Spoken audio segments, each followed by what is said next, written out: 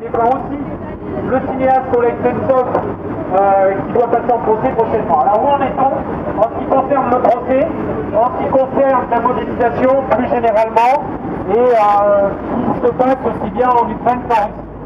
Donc la semaine dernière, Alexander Kolchenko, qui est un militant anarchiste, écologiste, antifasciste, syndicaliste étudiant, âgé de 24 ans, qui a été arrêté l'an dernier, en mai, en Crimée, pour son activité liée à toutes ces causes-là, et aussi parce qu'il s'est opposé à la mainmise du pouvoir russe sur la Crimée. Le cinéaste Oleg Sentsov a été arrêté pour des raisons similaires. Ils ont été arrêtés par le FSB, donc les services secrets russes, ex-KGB, et ils ont été envoyés à la prison de Lefortovo à Moscou, où ils étaient détenus jusqu'à la semaine dernière. Alors, que leur reprochent les autorités russes?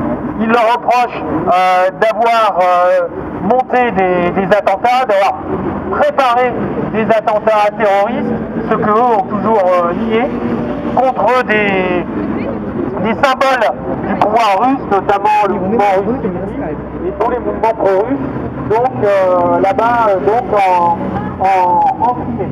Alors bien évidemment, ils ont réfuté ces accusations-là, ils sont défendus par des avocats. En Russie, il y a eu des mobilisations de solidarité dans des conditions bien plus difficiles qu'ici, en Ukraine aussi. Il y a eu une journée de mobilisation internationale où il y a eu en avril des mobilisations en Biélorussie, en Russie, en Ukraine, en Allemagne, en Tunisie, en France et puis ensuite en Pologne pour demander leur libération immédiate, donc à tous les deux. Alors cette affaire, elle est aussi l'occasion d'attirer l'attention sur ce qui se passe en Crimée, sur ce qui se passe aussi en Russie, où il n'y a pas que Kolchenko et Sentsov qui sont détenus.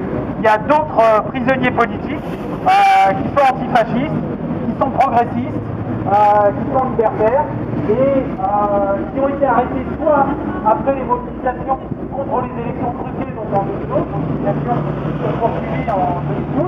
Il a fait des gros plans sur toi, il m'a dit qu'il était trouvé. Simplement, ce sont des mouvements d'opposition dont les militants sont régulièrement arrêtés. En Russie, le régime pénitentiaire, c'est la colonie pénitentiaire, c'est le camp de travail. Il faut savoir que Oleg Sentsov, donc le cinéaste Sentsov, encourt jusqu'à 20 ans, peut-être même jusqu'à la prison à vie, pour ce qui lui est reproché en colonie pénitentiaire. Et en ce qui concerne Kolchenko, il peut prendre entre 10 et 15 ans, donc ce qui est également énorme et ce qui est hallucinant. Il y a un résistement des autorités russes du fait du conflit en Ukraine, du fait également de la réduction des marges de profit qui peuvent exister du côté des capitalistes russes. On sait que les courbes de croissance sont un peu moins fortes depuis 1 ou 2 ans. Et c'est aussi que l'opposition a dû se mobiliser comme elle ne s'était jamais mobilisée en 2000. Il a fallu mettre l'opposition au pas et on s'est attaqué tout particulièrement aux éléments progressistes de gauche. Ce sont les militants les plus touchés, militants de gauche, militants antifascistes, militants libertaires, anarchistes, écologistes. Et donc il y a un certain nombre de procès en cours, il y a des peines de prison qui sont toujours purgées. Bon, il y a un opposant antifasciste qui a été libéré la semaine dernière suite à la mobilisation des mouvements d'opposition en Russie. Et je pense que si on est mobilisé ce soir, c'est pour Kolchenko, Sentsov, c'est aussi pour tous les progressistes, j'insiste, et pour tous les militants progressistes qui actuellement se battent non seulement contre la tyrannie, la dictature en Russie, contre la guerre en Ukraine, et qui se battent pour une société effectivement égalitaire, débarrassée du capitalisme, débarrassée de l'État, débarrassée de la dictature.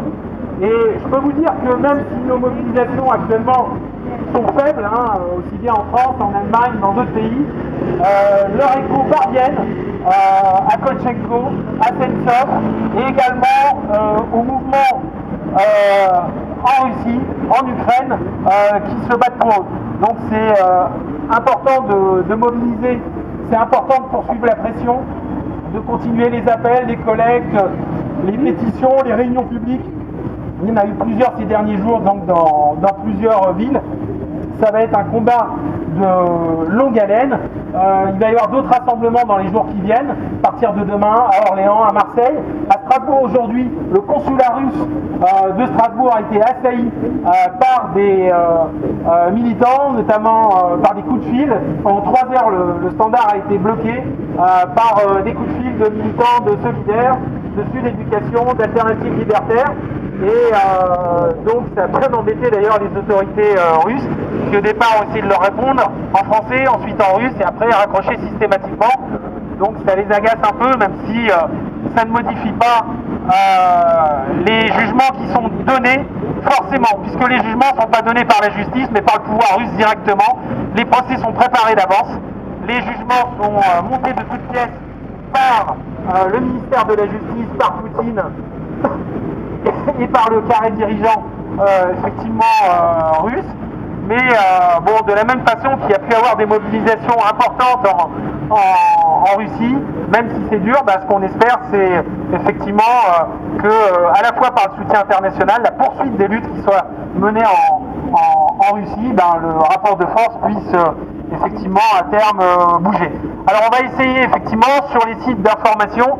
Moi je vous invite à aller sur le site d'information, un des sites d'information russe, en plusieurs langues d'ailleurs, qui est mieux informé et qui essaye d'informer au jour le jour sur toutes ces affaires. C'est avtonom.org. Alors vous pouvez activer la touche traduire. Bien sûr la traduction est de mauvaise qualité, on arrive à comprendre dans les grandes lignes. Et aller dans la partie anglaise et la partie française, pour qu'ils soient remis à jour.